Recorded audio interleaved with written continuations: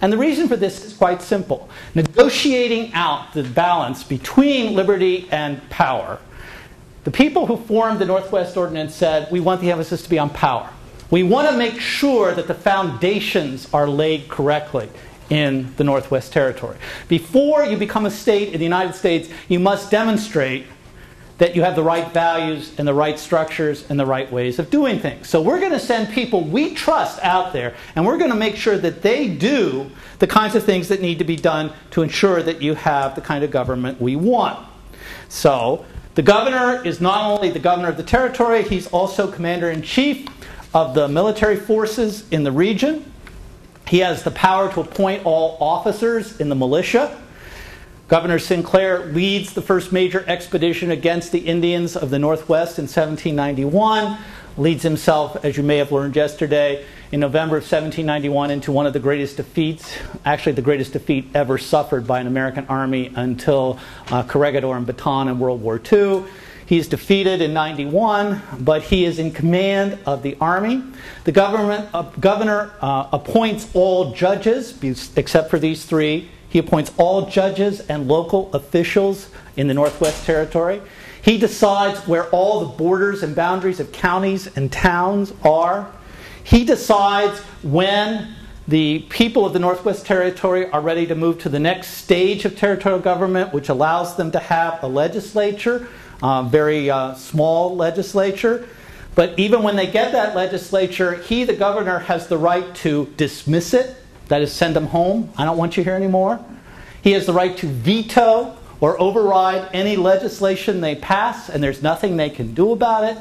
He has essentially unlimited power. He can do pretty much anything he wants to do. The secretary can do the same thing as the governor when the governor's out of the territory. And the judges meet with the governor and they draw up laws, subject to no one's approval except Congress. So this, for many people, look at this and they say, on the one hand, those people who are really worried about selfish Americans running around doing whatever it is they want to do say, this is necessary. Because if we didn't put this system into operation, then educated, good men couldn't come out and set up the right kind of values and the right kind of government. Ordinary Americans look at this and they say, hey, British Empire. King, legislators telling us what to do. Who the hell do they think they are? Why did we fight this war if we're just going to end up in the same kind of principles? And then finally, what the territorial government does is to say, you got to have certain basic values built into the structure. And that's what the governor and the secretary are supposed to do. It says, for extending, and I'm quoting here, the fundamental principles of civil and religious liberty, which form the basis whereupon republics, their laws, and constitutions are erected. The government's job is to fix and establish those principles as the basis of all laws, constitutions, and governments which forever after shall be formed in the said territory. To provide for the establishment of states and permanent governments therein, and for their admission to a share in the federal council on an equal footing with the original states. So the Northwest Ordinance says, on the side of liberty, if you pass your probationary period, you can become an equal member of the United States. No question about it. But it also says it's the job of government to establish Republican government and Republican values. Really, what they really were scared of was a monarchy. They were scared that the French would come in and that there would be the establishment of some kind of king. So, what can you do?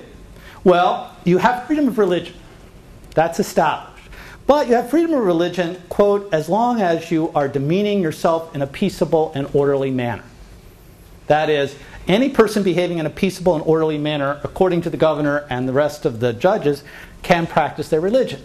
Now that sounds perfectly reasonable until you realize at the time that Methodists were considered to be disorderly people. Methodists, Baptists, other evangelicals. So, if the governor thought they were behaving in a way that was too enthusiastic, he could say something about it.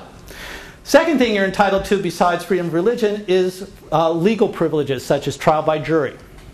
You have to be confronted with the crime. You can't just be thrown in jail. And those are very important parts of a Republican government. The right that you have to be tried by your peers and to know what it is that you're being held for. The third article of the articles of the Northwest Ordinance says religious liberty, legal rights. Number 3 is it says religion, morality, and knowledge being necessary to good government and the happiness of mankind, schools and the means of education shall forever be encouraged. In other words, the government says we want education. And it is the job of whatever states are formed out of the Northwest Territory to support education. Why? Because it is education that teaches people to be good citizens. Education exposes people to history. It exposes them to other cultures and languages and ways of doing things. It gives them that broad vision, that broad-minded kind of way of thinking that people naturally lack. Education then is seen in some ways as a measure of social control. You bring people in as young people, you teach them how to stand in line, how to raise their hand, how to sit quietly while some bald guy bores them to tears. You teach them how to behave like good people. And you teach them about the history of the world and the past. And in the long run, the theory is this will make them into better citizens. So why do you have education? Because it will give knowledge, it will give religion, and it will give morality. In other words, the point of education is not to be value neutral, but to be very value specific. Teach people how to behave. Second part of that article says, the utmost good faith shall always be observed toward the Indians. Their lands and property shall never be taken from them without their consent. And their property, rights, and liberty, they shall never be invaded or disturbed unless in just and lawful wars authorized by Congress. Now, you can already follow from the chuckling I'm getting. A couple things here. One is, it says, Congress, not local people, but Congress shall decide when to fight wars against Indians. Minor point maybe? I don't think so. The idea would be that only the government could decide when to fight these wars. But the other thing I think we have to do is we have to take seriously the first part of that sentence, even though we know all of American history since then makes it look like total laughter. And that is that the people who formed the government, Congress and the governor, believe that one of the most important tests of whether or not people are going to be good citizens is how they behave toward the Indians. And the theory was that the government would deal with them in an orderly, civilized manner. That is, march out with an army and beat them and take their lands legally and with their consent through treaties. To us today, I know it's hard to ask me questions about this in a little bit here. It seems like this is a minor point. But what Congress was trying to say was, if we don't do this, then what we'll have are hundreds of groups of whites basically going off and killing Indians at whim. And what you'll have is a race war back and forth without any order or structure to it. The Indians, everybody agreed, had to go. I'm not trying to say that these guys were more benevolent or wonderful than the others. But they're saying how it happens is important. And it must be done in a civilized, orderly, legal way. So we can't just have families here in local community A, Chillicothe, taking off and say, we're going to go kill some Indians tonight. And running off and do that. Or the Indians doing the other thing and come back, we're going to go to Chillicothe and kill some people tonight. Instead, what you had to have was men in uniforms with flags legitimately authorized by Congress legally to go out and defeat the Indians, sit down in a treaty, sign your name. Legally. The idea was that this is civilized conquest.